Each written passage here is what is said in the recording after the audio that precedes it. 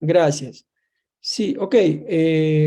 Como les estaba indicando, este evento académico referido a la preparación de aquella persona que desea certificarse ante el organismo supervisor de las contrataciones del Estado, bien sea en su nivel básico, intermedio o avanzado, eh, resulta importante porque de lo que podamos dialogar, exponer sobre la materia de contratación pública, eh, esto sirve para los conocimientos de ustedes y sobre el particular puedan rendir con satisfacción lo que prontamente entiendo desean, ¿no? Que es estar certificados por el organismo supervisor de las contrataciones del Estado.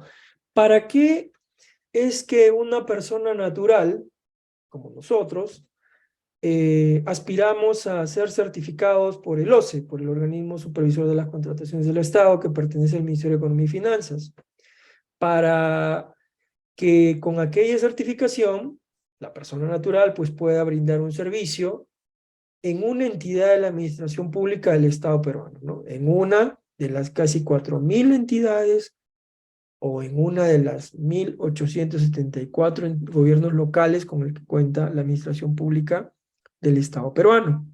Para eso es que si uno se certifica ante el OCE, ese certificado le sirve a la persona para que obviamente brinde un servicio en el órgano encargado de contrataciones de la entidad, sea que se llame logística, abastecimientos, compras o cual fuere el nombre de aquella unidad orgánica en aquella entidad, pero va a servir para que esta persona brinde un servicio en aquella unidad orgánica de la entidad, el órgano encargado de contrataciones, porque eso es requisito. Y sobre el particular, nosotros debemos de tener en cuenta que cuando involucramos contrataciones del Estado, fíjense, en el plano de derecho positivo, como llamamos los abogados, o en el marco jurídico que involucra la contratación pública en el Estado peruano, no solamente tenemos a un régimen que es el general de contratación pública que corresponde tocar en este evento académico, en estas 3 sesiones, sino también tenemos regímenes especiales de contratación pública, como el de reconstrucción con cambios, como el régimen especial de contratación pública que tiene Jaliguarma,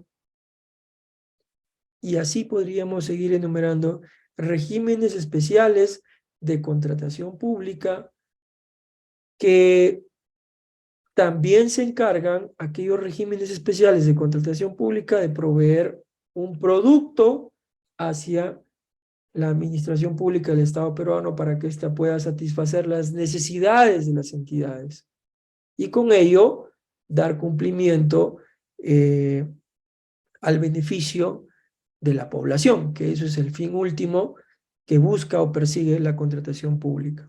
Pero en este caso en particular, abordaremos aspectos o institutos jurídicos regulados en el texto único ordenado de la Ley de Contrataciones del Estado, la Ley 30.225 y su reglamento, vigente en la actualidad. ¿Cuál es la finalidad que persigue ante ello la contratación pública? Fíjense, el artículo 1 del TUO de la Ley 30.225 establece claramente que constituye finalidad de la contratación pública maximizar el valor de los recursos públicos, de manera tal que aquella contratación de un bien, un servicio o una obra se realice bajo mejores condiciones u óptimas condiciones de 3 planos: precio, oportunidad y calidad. A eso se le llama contrataciones oportunas y en mejores condiciones de precio y calidad. Por lo tanto, si aquella contratación de bien, servicio u obra que realiza la administración pública, la entidad de la administración pública del Estado peruano, se hace bajo aquellas condiciones óptimas de precio, oportunidad y calidad, Siendo así, es que se dice que habría un impacto o repercusión positiva en las condiciones de vida del ciudadano. Y esto, en el plano de las políticas públicas, se denomina promoción de la actuación de la administración pública bajo un enfoque de gestión por resultados. Esto es, compras en función a su contribución sobre metas institucionales. Entonces, esta es la finalidad que tiene la contratación pública en la administración pública del Estado peruano. A propósito que esta finalidad eh, también es la que tienen que tener en cuenta los regímenes especiales de contratación pública, algunos de ellos que se les ha hecho mención. Y se tenía que tener en cuenta, sobre todo, bajo el marco que esta normativa de contrataciones del Estado, la Ley 30.225 y su reglamento, de acuerdo a la primera disposición final, a la primera disposición complementaria final del reglamento de la Ley de Contrataciones del Estado, obviamente constituye su aplicación de carácter supletorio en aquellos regímenes que fungen como especiales. En ejemplo, se entiende la figura. En el caso, por ejemplo, verbigracia, del régimen de contratación pública especial de reconstrucción con cambios, su reglamento, el Decreto Supremo 71/2018, PSM, Presidencia del Consejo de Ministros, en todo lo no regulado en aquel reglamento sobre contratación pública especial de reconstrucción con cambios, versará o aplicará la normativa de contrataciones del Estado, esto es la ley 30.225, como que institutos, a ver, solo por dar un ejemplo, el de declaración de nulidad de oficio o declaración de oficio de la nulidad regulado en el artículo 44 de la ley de contrataciones del Estado. Ese instituto jurídico, nulidad de procedimiento de selección o nulidad de contrato, aplica en este caso a la normativa de el procedimiento especial de contratación pública por supletoriedad de reconstrucción con cambio. Entonces, esta finalidad también es la que se tiene que tener en cuenta para el resto de regímenes de contratación pública.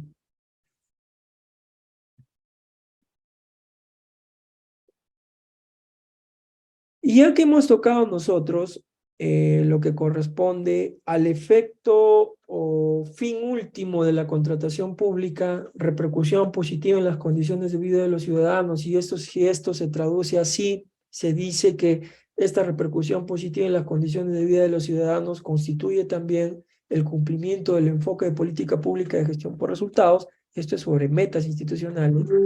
Debemos entender a esta gestión por resultados a un enfoque de gestión por el cual, a través de esta política pública, se busca incrementar la eficacia y el impacto de la política del sector público a través de una mayor responsabilidad de los funcionarios en los resultados de su gestión. Importante es poder tener en cuenta esto, a propósito que este tipo de conceptos en el plano de lo que corresponde a la planificación de las contrataciones del Estado también suelen venir en algunas preguntas en los exámenes para certificación de OCE. Vuelvo a repetir acá. Gestión por resultados involucra de por sí un enfoque de gestión que persigue, busca, propende incrementar la eficacia y el impacto de las políticas del sector público a través de una mayor responsabilidad de los funcionarios por los resultados de su gestión. Se caracteriza por la adecuación flexible de los recursos, sistemas de gestión, estructuras de responsabilidades a un conjunto de resultados estratégicos, precisos, definidos y dados a conocer con antelación, posibles de cumplir en un periodo establecido de tiempo. Hay un plano de oportunidad y eso es básico para poder entender lo que es gestión por resultados. Lo que se persigue en relación o en función a metas institucionales está sujeto a un plano de oportunidad o cumplimiento de estas metas institucionales en un determinado tiempo. Es finito en cuanto al plazo. ¿Cuál es la diferencia de la gestión por resultados con la gestión tradicional? Mientras la gestión tradicional busca fundamentalmente adecuarse a los recursos, las funciones y la normativa existente, este modelo pone el acento en las acciones estratégicas a desarrollar para lograr resultados previamente comprometidos, en función de los cuales se determinarán los productos y recursos necesarios. Un ejemplo clásico y claro de diferencia entre gestión tradicional y gestión por resultados es el de los productos que MINSA reparte a los distintos estamentos, a las distintas entidades, comunidades ejecutoras, referente al programa de desnutrición crónica infantil. Anteriormente, por gestión por resultados, por gestión tradicional se entendía la provisión por parte del ente rector hacia sus entidades y dependencias de los insumos, bienes sobre desnutrición crónica infantil. Y sobre este particular, determinado tiempo en adelante, la entidad lo único que hacía era declarar ante su ente rector la utilización o el reparto de estos insumos sobre desnutrición crónica infantil. Tanto como eso, a nivel netamente de carácter cuantitativo. Y con eso se decía, bajo este enfoque de gestión tradicional, que se cumplía pues con la dotación de los productos hacia la población, en el punto en particular sobre esta política pública de desnutrición crónica infantil o lucha contra la desnutrición crónica infantil. Gestión por resultados involucra otra cosa. Involucra, como les estaba indicando, el cumplimiento de metas o fines, metas institucionales, ¿no? Sobre un marco de un determinado tiempo o plazo.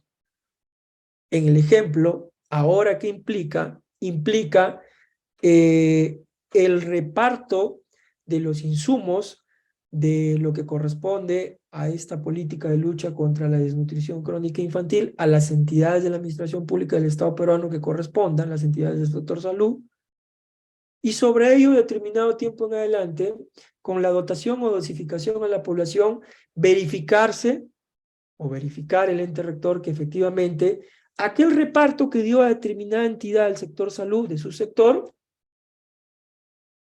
cumplió luego de un determinado tiempo con disminuir efectivamente la desnutrición crónica infantil. Fíjense, el enfoque es distinto, no es necesariamente cuantitativo, sino también abocado a los fines que persigue esta política pública de disminución o lucha contra la desnutrición crónica infantil, que efectivamente es su mitigación y finalmente su erradicación, ¿verdad? Entonces, lo último que les estoy comentando implicaría un enfoque de gestión por resultados. En base a metas institucionales, en el ejemplo que les doy, reducir, mitigar hasta extinguir este fenómeno de la desnutrición crónica infantil. Entonces, sobre eso es que el ente rector debe dotar, dosificar, proveer los productos correspondientes. ¿Qué objetivos plantea la gestión por resultados? Establecer paulatinamente criterios de asignación de recursos presupuestarios basados en el logro efectivo de resultados. Aquí viene un punto importante que está traducido esto en el ejemplo que les acabo de dar, ¿no? Así también, transparentar, mejorar la correspondencia entre los recursos invertidos y los resultados alcanzados. Entre los productos que se provee a las entidades de la administración pública correspondientes y los resultados que estas entidades alcanzan para obviamente cumplir las metas institucionales. En el ejemplo que les he dado, ¿cuál sería la meta institucional? La mitigación y hasta el punto tal, dependiendo de la programación o planificación que se tenga, la extinción de la desnutrición crónica infantil en la zona o área geográfica de influencia o impacto de determinada entidad de la administración pública del sector salud. Esa es una tarea que tiene a nivel esta política pública buen tiempo, tiene varios años, y sí ha dado resultados medianamente satisfactorios.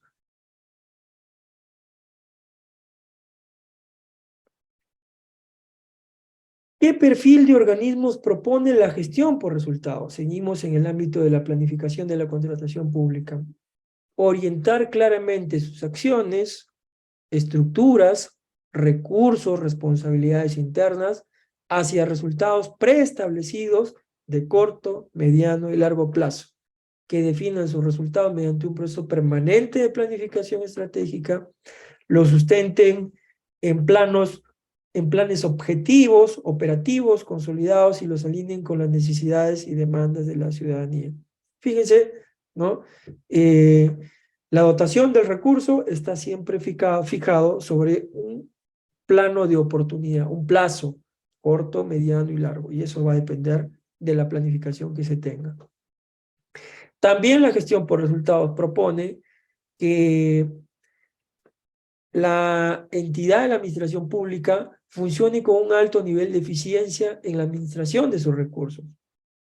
Esto también persigue la normativa de contrataciones del Estado, tanto el régimen que estamos estudiando en este momento, el régimen general, la ley 30.225, así como los regímenes especiales de contratación pública, ¿correcto? Que haya eficiencia en la administración de los recursos públicos que se dota a las entidades de la administración pública cada año fiscal. Lamentablemente, no siempre este aspecto de la eficiencia, de la eficacia se cumple en el seno, en el campo de la dotación de recursos a las entidades de la administración pública.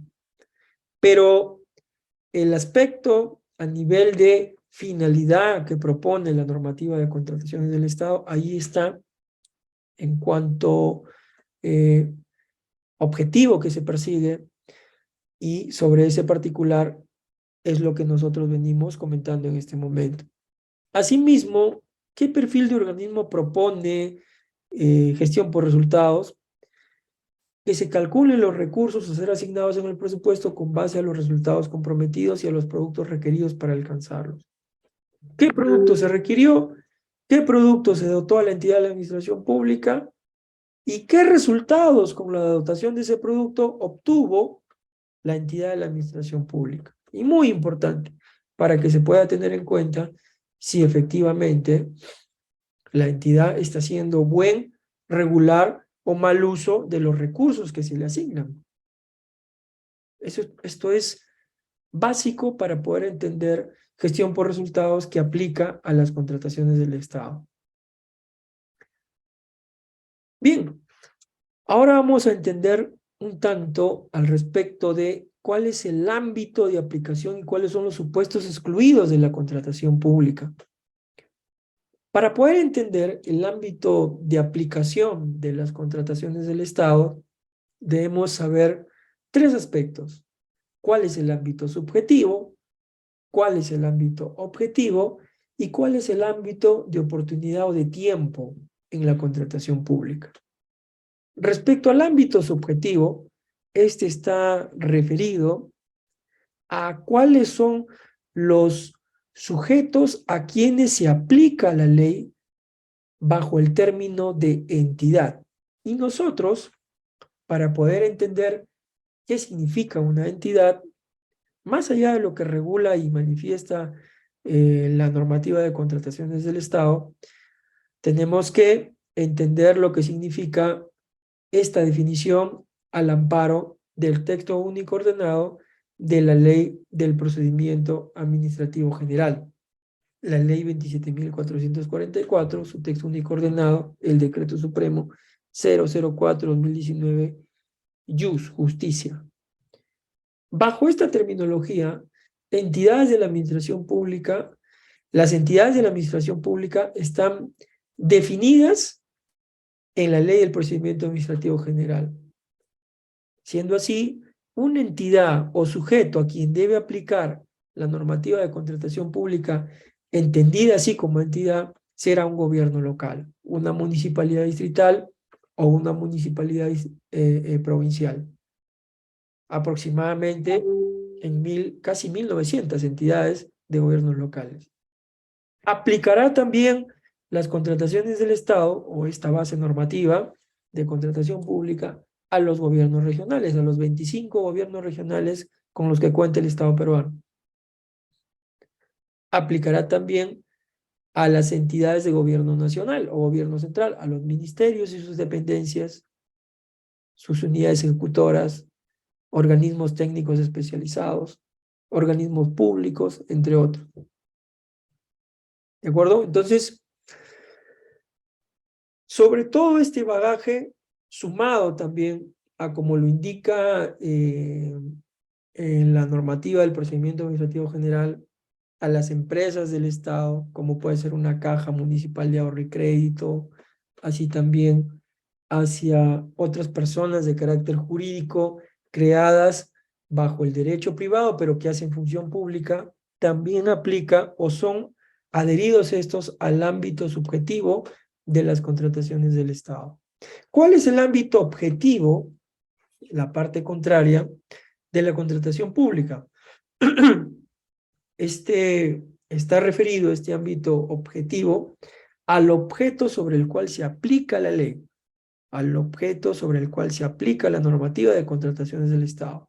Y esto está referido a la contratación de un bien, a la contratación de un servicio o a la contratación de una obra cuya prestación es pagada con fondos públicos. ¿De acuerdo?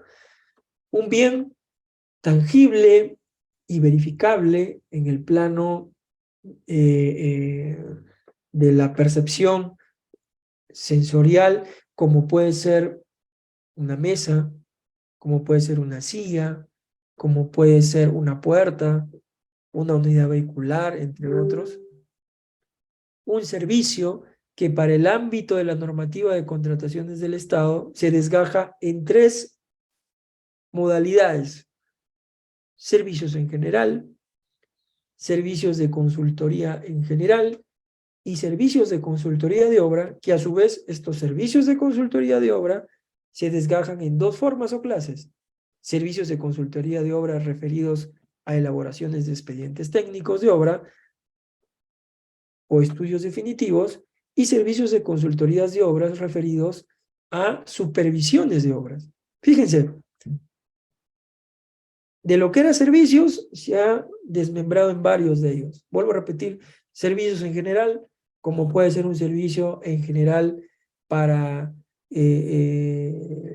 vigilancia o el servicio en general de limpieza.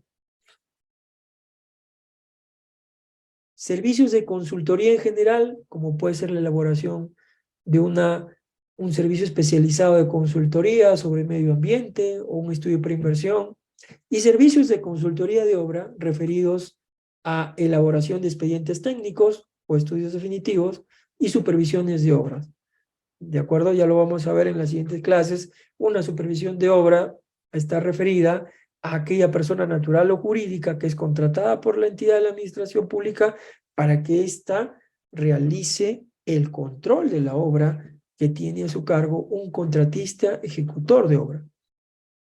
Y para que la persona natural o jurídica pueda ser supervisor de obra, necesita también tener ciertas calidades o certificaciones o registros por parte del Registro Nacional de Proveedores, del organismo supervisor de las contrataciones del Estado. Ya lo vamos a ver eso en adelante. ¿Y cuál es el ámbito temporal de la contratación pública?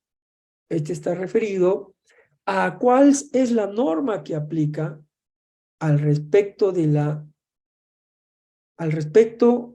sobre un procedimiento de selección. Aquí aplica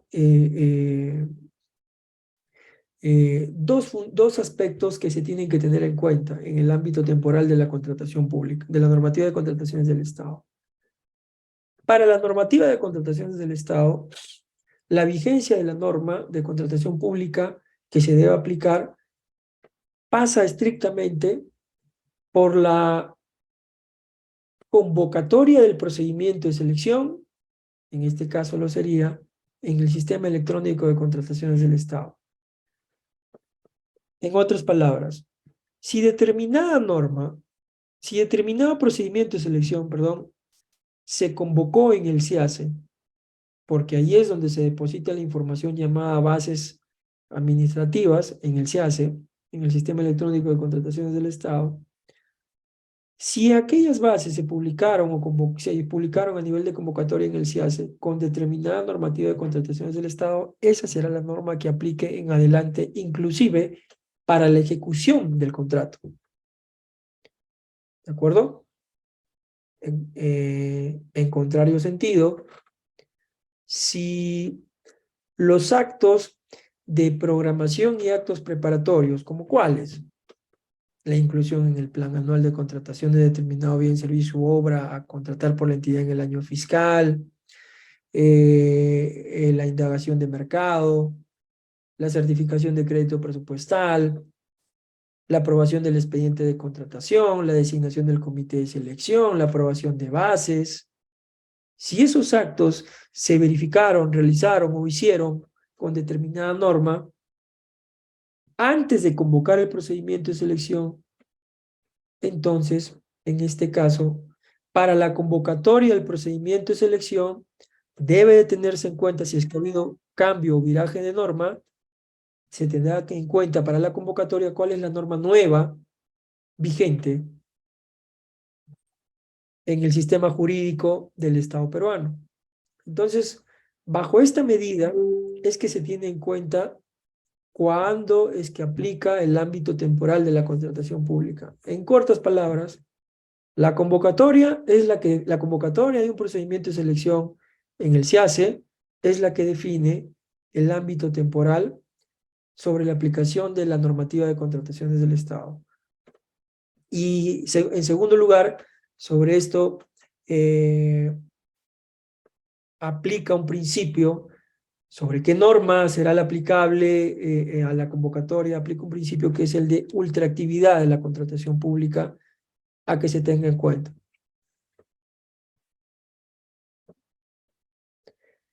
Habíamos indicado que respecto del ámbito subjetivo de la contratación pública, el término entidades, como tal, entidades de la administración pública del Estado peruano, casi 4.000, porque así son las que existen en la administración pública del Estado peruano. Tenemos a los ministerios y sus organismos públicos, programas y proyectos adscritos al Poder Legislativo, así como el Poder Judicial.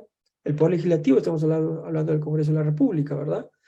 El Poder Judicial y sus estamentos existentes, los organismos constitucionalmente autónomos, el Jurado Nacional de Elecciones, el Registro de Estado Civil, el RENIEC, ¿no? El Registro de Identificación de Estado Civil, la OMPE, el Organismo Nacional de Procesos Electorales, la Defensoría del Pueblo, el Tribunal Constitucional, tales como organismos constitucionalmente autónomos, el Ministerio Público. Esas entidades de la administración pública también tienen que aplicar la normativa de contrataciones del Estado. Los gobiernos regionales y sus programas y proyectos escritos. Ejemplo, el Gobierno Regional de la Libertad y su programa, el proyecto especial Chavimochic. El Gobierno Regional de Ancash y su programa especial Chinecas. ¿De acuerdo? Y así los 25 gobiernos regionales y sus programas y proyectos que pertenezcan a estos gobiernos regionales. De igual manera, en el seno de la competencia local, los gobiernos locales y sus programas y proyectos adscritos, gobiernos locales distritales como provinciales y sus programas que obviamente y proyectos que se encuentren integrados a estos. Las universidades públicas, las juntas de participación social, las empresas del Estado, sean de carácter nacional, regional o local, las Fuerzas Armadas, la PNP y sus órganos desconcentrados. Fíjense, ámbito subjetivo de la contratación pública, así también los fondos constituidos total o parcialmente con recursos públicos, sean de derecho público o privado, y otras organizaciones que para proveerse de bienes, servicios u obras, asumen el pago con fondos públicos. Fíjense ustedes, si se dan cuenta, y si es que les llegan a consultar, preguntar en su examen. La clave para poder determinar el ámbito subjetivo, que ya sabemos, el ámbito subjetivo de la aplicación de la normativa de contrataciones del Estado pasa por cuáles son las entidades que deben aplicar esta normativa de contratación pública. El ámbito subjetivo tiene que ver preferentemente con las entidades que rigen la estructura de la administración pública del Estado peruano, como ustedes las están viendo en este momento, en esta PPT, pero también un punto no menos relevante e importante, que estas entidades tengan a su cargo fondos públicos. Y esto es clave para poder entender si aquel organismo debe aplicar la normativa de contrataciones del Estado o no, que tenga a su cargo el manejo de fondos públicos.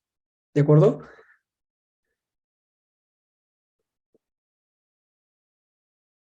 Respecto al ámbito de aplicación y supuestos excluidos también, y específicamente sobre los supuestos excluidos, pero sujetos a supervisión del organismo supervisor de las contrataciones del Estado, son supuestos excluidos, o sea, no aplica la normativa de contrataciones del Estado, pero sujeto a supervisión del OCE, las contrataciones menores o iguales a 8 unidades impositivas tributarias, salvo bienes y servicios adquiridos por el catálogo electrónico de acuerdo marco. Este catálogo electrónico de acuerdo marco es una modalidad especial de selección. Las contrataciones que sean mayores a una unidad impositiva tributaria, la unidad impositiva tributaria a propósito de este año fiscal 2023, ¿cuánto es? 4.950 soles, creo, ¿no? Igual, aquella contratación mayor a una OIT requiere inscripción vigente del RNP. La contratación es de 5.000 soles o de 6.000 soles. El proveedor que desee brindar un producto llamado un bien, un servicio a una entidad en esos montos que yo les estoy dando como ejemplo, pues tiene que tener su registro nacional de proveedores. Otro supuesto excluido sujeto a supervisión del OCE, los convenios de colaboración entre entidades, siempre que brinden el bien, servicio u obra propios de su función. No se persiguen fines de lucro en estos convenios de colaboración entre entidades. Aquí tenemos, si esto se cumple, un supuesto excluido sujeto a supervisión del OCE. Las contrataciones con exigencias y procedimientos específicos de una organización internacional, estados o entidades cooperantes derivadas de donaciones que representen 25% del monto total o provengan de organismos multilaterales financieros. ¿De acuerdo? También es un supuesto excluido de las contrataciones del Estado. Contrataciones con organizaciones internacionales u organismos multilaterales, y sobre ellos hay varios a nivel en la orbe mundial. Tenemos al Banco Mundial, al Banco Interamericano de Desarrollo, al BID, las entidades financieras de la Unión Europea, y podríamos seguir mencionando que obviamente ese tipo de contrataciones con aquellas entidades internacionales o organismos multilaterales, pues es un supuesto excluido sujeto a supervisión del OCE. Las contrataciones con otro Estado, de igual manera, las contrataciones con proveedores no domiciliados en el país, cuando sea imposible realizar contratación a través de los métodos de la ley o el mayor valor de las prestaciones se realiza en territorio extranjero, los servicios públicos, supuestos excluidos, sujetos a supervisión del OCE, cuando solo se pueda contratar con un único proveedor. ¿Cuáles son los supuestos excluidos no sujetos a supervisión del OCE? Ojo acá, estos suelen ser también preguntas comunes en un examen de certificación. ¿Cuáles son aquellos supuestos excluidos no sujetos a supervisión? Los contratos bancarios y financieros, las contrataciones que realicen los órganos del Servicio Exterior de la República, la Cancillería, para ser más claro, las contrataciones del Ministerio de Relaciones Exteriores sobre la transmisión de mando y cumbres internacionales declaradas de interés nacional, la contratación de notarios públicos, los conciliadores, árbitros, centros de conciliación, instituciones arbitrales, miembros o adjudicadores de la Junta de Resolución de Disputas, Ya vamos a tocar en su momento cuáles son los mecanismos que se tienden para solucionar una controversia entre una entidad de la administración pública y un contratista. La conciliación, dependiendo del objeto también, la conciliación, el arbitraje y la JRD, Junta de Resolución de Disputas, o bajo la terminología anglosajona Dispute Board. También es un supuesto excluido, no sujeto a supervisión, la alocación de servicios con presidentes de directorios a tiempo completo, las contrataciones con exigencias y procedimientos específicos de una organización internacional, estados o entidades cooperantes, sobre operaciones de endeudamiento externo o donaciones ligadas a dichas operaciones, la adquisición de bienes por remate público, las asociaciones público-privadas y proyectos en activos regulados en el decreto 1224 o el DL 674, normas que lo sustituyen. La asociación público-privada es una modalidad de contratación que también tiene la Administración Pública del Estado peruano, pero sujeto a regímenes especiales. Escapa esta a la contratación pública como se conoce en el texto único ordenado de la Ley de Contrataciones del Estado, ¿no? Así también las contrataciones sobre regímenes especiales son sujetos excluidos, no sujetos a supervisión por parte del OCE.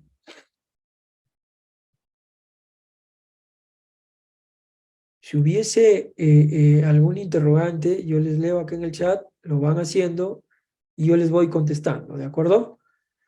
Bien, de igual manera, tenemos que tener en cuenta los principios de la contratación pública, conforme está regulada en la normativa de contrataciones del Estado, en el artículo 2, para ser más exacto.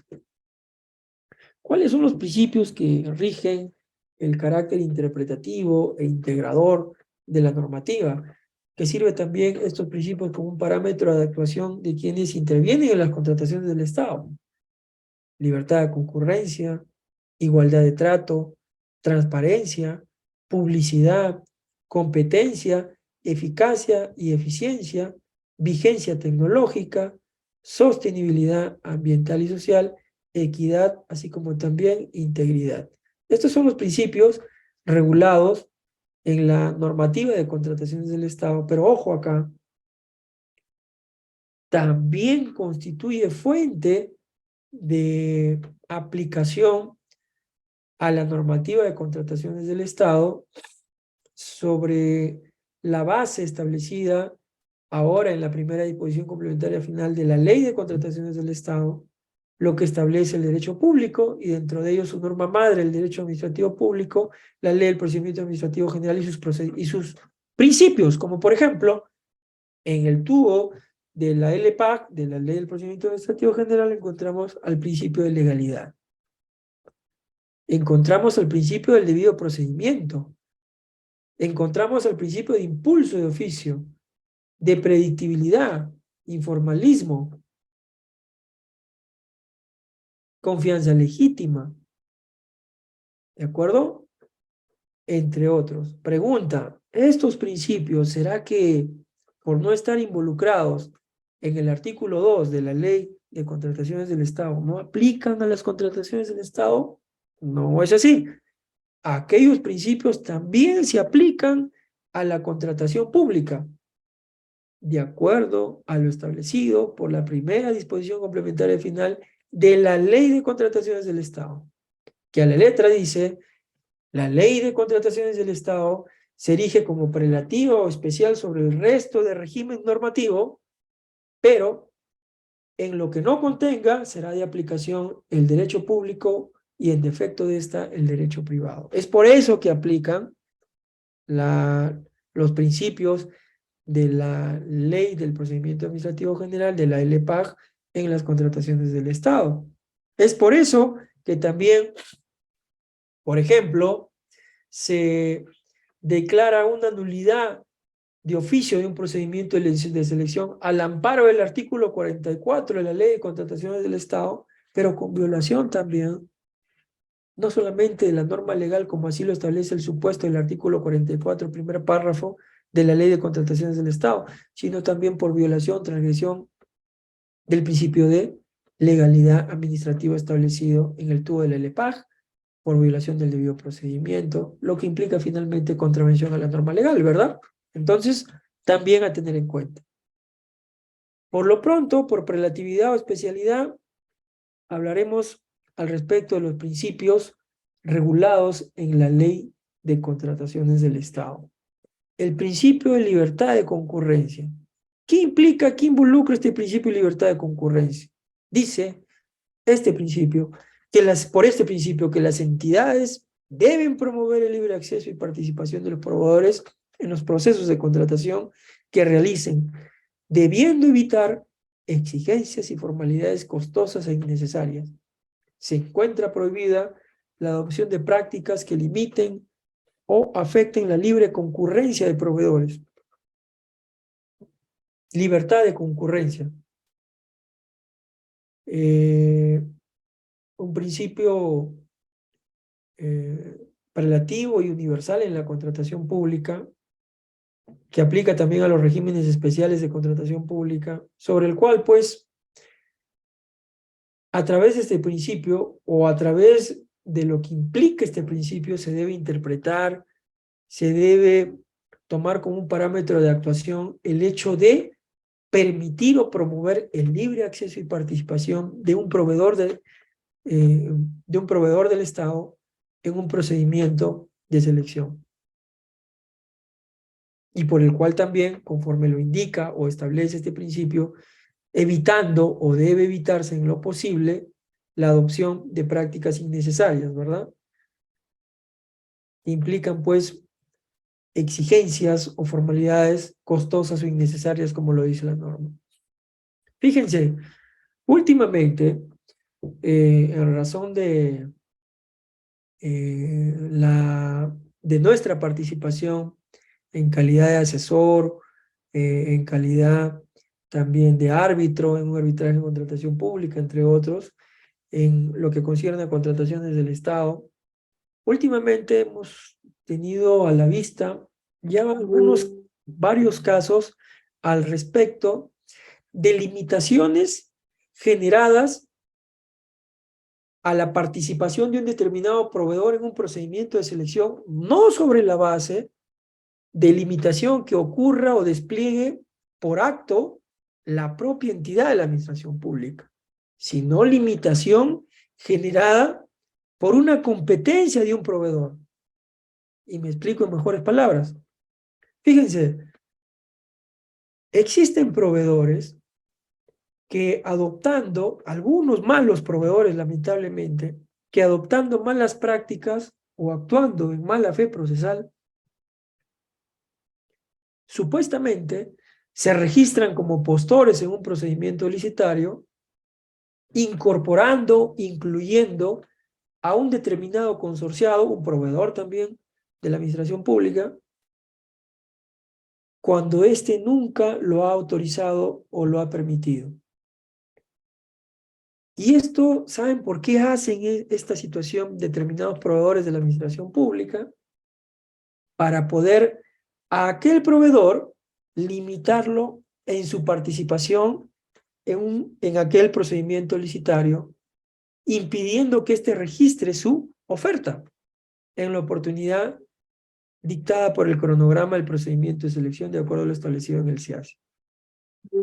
¿Y por qué digo esto?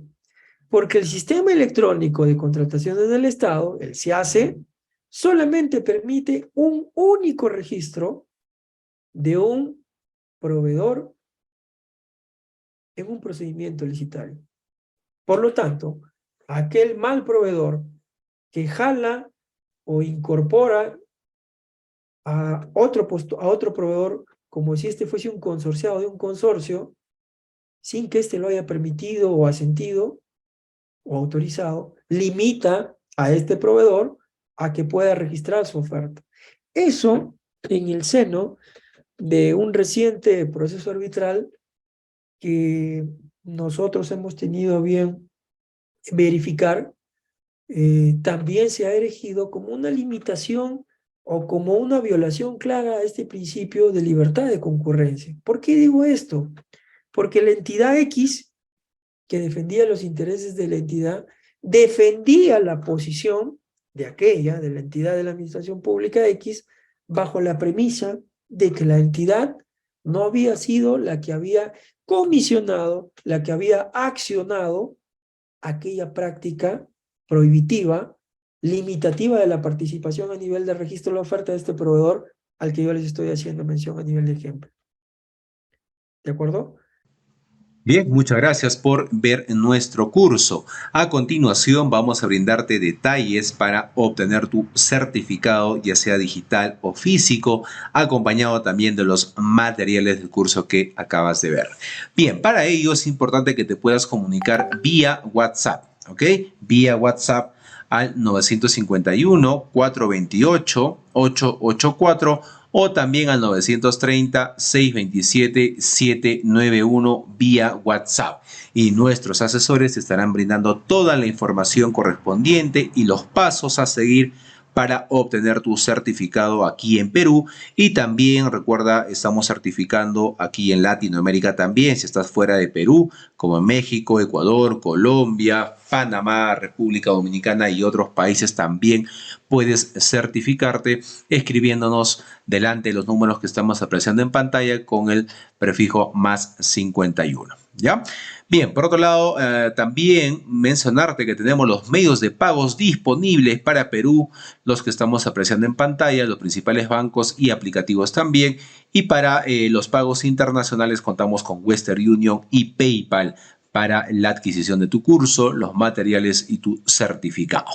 Bien, sobre el certificado tienes dos opciones. Puedes obtener la certificación en la modalidad digital o también el certificado en la modalidad en físico. Recordando que el certificado digital te va a llegar a tu correo con todos los materiales en alta resolución y con el código QR también para que puedas validar en nuestro sistema tu certificado.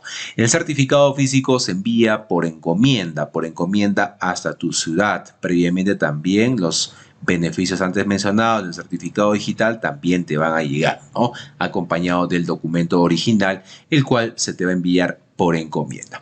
Ya trabajando más de 4 años, estamos certificando a miles de profesionales aquí en Perú y también en Latinoamérica, ya en los diferentes cursos que estamos ofreciendo. Sobre el certificado físico, acotarte también que estamos haciendo los envíos a nivel nacional a todos los departamentos, válido para Perú y para todas las ciudades, a través de Cruz del Sur, a través de Olva Courier, ¿no? Los envíos se vienen realizando de manera diaria sobre el certificado físico, ¿ok? Bien, muchas gracias. Esa es la información respecto a la certificación. Ya ahí están los números una vez más para que puedas comunicarte vía WhatsApp para poder adquirir tu curso completo, los materiales también descargables y por supuesto tu certificado digital o físico. Antes de ello, invitarte a nuestra página web, ¿no? Directamente puedes ingresar en tu barra de navegación www.encap.edu.pe, todo en minúscula, todo corrido, sin espacio, para que puedas ingresar de manera correcta a nuestra página web y ver nuestro catálogo de cursos en las diferentes áreas. Ahí tienes también los convenios, de igual manera nuestros números oficiales permitidos y tenemos los cursos, diplomas y diplomas de especialización en las diferentes áreas, en las diferentes categorías: ambiental, arquitectura, construcción, contabilidad, comercio exterior, derecho, gestión pública, idiomas, ingeniería, minería, obras, pedagogía, recursos humanos, salud, seguridad y también la parte eléctrica. Ahí vas a poder encontrar todos los cursos, los temarios. Simplemente tienes que darle clic al curso de tu interés. Recuerda que tenemos un catálogo amplio de cursos con los diferentes docentes